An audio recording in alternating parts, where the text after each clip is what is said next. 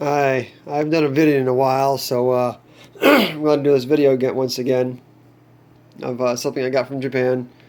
Right now I'm going to talk about probably the whole reason I got into J-pop originally. It's this singer called Takako Ohta, and these are my, I only have 4 7-inch singles of hers. And I have a few albums. This is a Curtain Call soundtrack. This is probably my favorite album of hers, 200%. Yeah, Genki Menzuko 200%. And this is Long Goodbye, another good album from the soundtrack of the OVA, Long Goodbye. And then this is Krimi Takako, her original album, and then Gradation. And the albums are fairly easy to get. You can get them fairly cheap in Japan. I mean, the shipping is probably going to be high, but they're not too hard to find, and they're fairly cheap.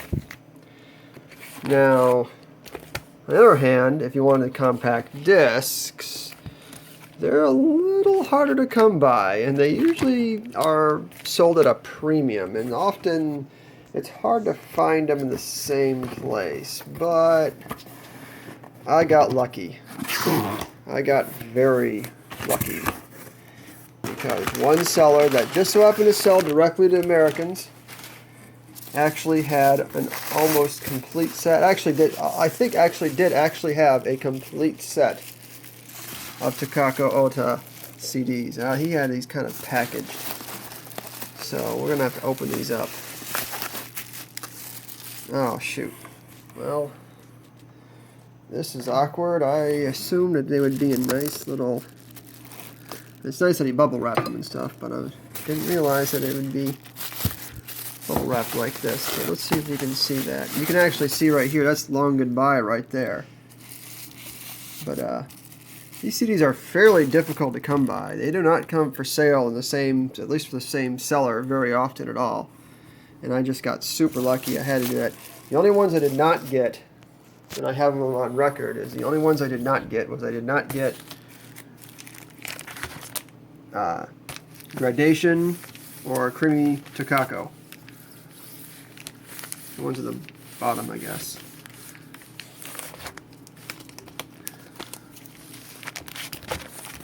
Those two right there, Gradation and Krimi Takako, are the ones I did not get on CD. But I got everything else. And most of the stuff has never been reprinted. Like right there, that's Pop Station right there. I don't know if you can see that. That's Pop Station. That has never been reprinted.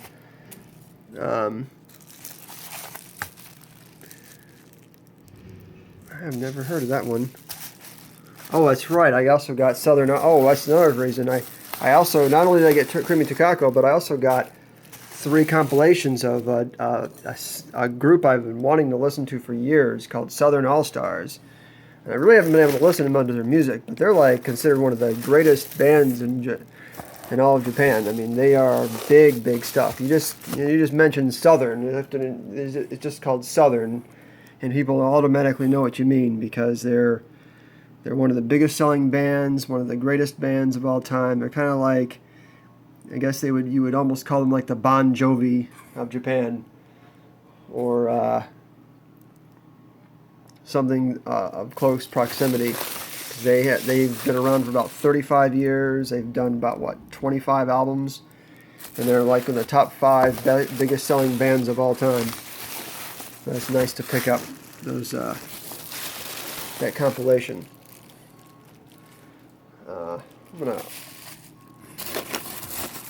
So I got a total of about 6 CDs here. There's Magician right there. No, it's Thanks. This is Magician down here. These are still bubble wrapped. I'm going to try to open up these bubble wraps. See if I can get this bubble wrap open. So I'm doing this kind of crudely. I'm not really that good of a filmmaker. I don't have a pod or anything like that, so I'm kind of doing this on the fly. I like to give you kind of a pure video. It's like manufactured videos where people just do that. And there's Magician. And these are actually nicely packaged. I actually like this. They have these nice sleeves, and they're easy to get to, and you can put them back in very nicely. That's actually very nice. I like that. Let's get these out right here. I'm going to put these down over here. Here's her final album, Heart of Eyes, from either 1990 or 91. That's a nice one. And see, here's 200%. And of course this has, oh, it's missing the spine. I hope it has the spine. I thought I saw it have the spine. Huh. That's weird. Oh yeah, it does have the spine, yeah. The spine is right there, yeah, that is the spine. It's just backwards maybe? Huh. I'm gonna get that out to see. I know this is a crude way to do it because I'm doing this one-handed. No, that's exactly how it is. Huh. Strange. I thought it had actually stuff on the spine, but I guess not. Let me put this down temporarily. Sorry about the darkness. Put this back in its packaging. There we go. Back in there, and we're back on the air. So here's Thanks right here. A lot of these albums are very difficult to find. I mean, very difficult. Because she basically abandoned this part of her career. I mean, she's still around. She does do like events and stuff, but it's all for her Creamy Mommy stuff. I mean, her original, a lot of her later material she did after Creamy Mommy kind of was abandoned. She basically doesn't even acknowledge they exist for some reason. Even though a lot of this music is like albums like these are later stuff, but some of her middle albums before Magician and Thanks, like we're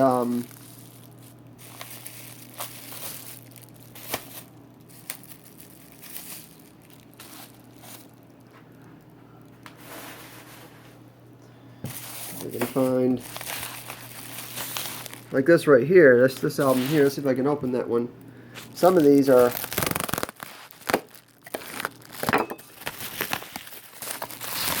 like Want.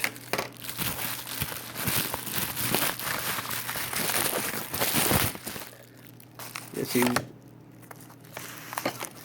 Here's Want and Truth. These were produced. Put this other one out here as well. I forget which one this is. Here, There, and Nowhere, I think. I think this one right here is Here, There, and Nowhere. There's Southern All-Stars right there. But we'll talk about Southern All-Stars later. Here's Here, There, and Nowhere, Truth, and Want. This is the, some bigger fans of Takako Ohta would call these the Ken Takahashi period.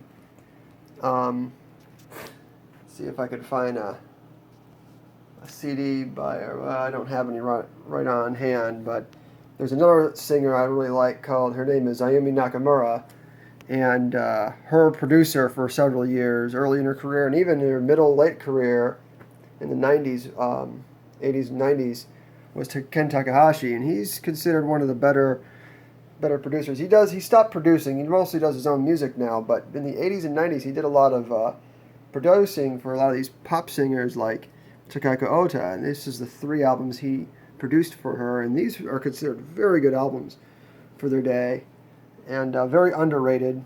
Didn't sell well. These were not big sellers. That's the reason why they're so hard to find. These were not huge sellers. These weren't million sellers or anything. These weren't top 10 hits. I mean, at this point in her career, her big career with big hits like Binkan Rouge was a #1. That was early in her career. That was actually a theme song from Creamy Mommy. And so, I mean, her songs for Creamy Mommy are considered significantly more popular, but I shouldn't diminish these great albums here, because she kind of comes out on her own as being more than just a pop idol, and more of almost like a mainstream artist, though it wasn't quite as successful as I think she had hoped. And she did continue to make albums, but they weren't nearly as popular, and that's why these are fairly difficult to find. I don't think these have ever been reprinted. These are probably their first print runs. They probably only did one print run of these. So I would guess there's probably only about 20,000 of these in existence, maybe less. I mean, there's not many of them. When you think of a country of 120 million people, that means barely 1 to 10,000 people actually own these CDs. Less than that. I mean, you'd have a city, 70 million people. There might be only 100 copies of these in the entire city. So I mean, it's pretty uncommon stuff here.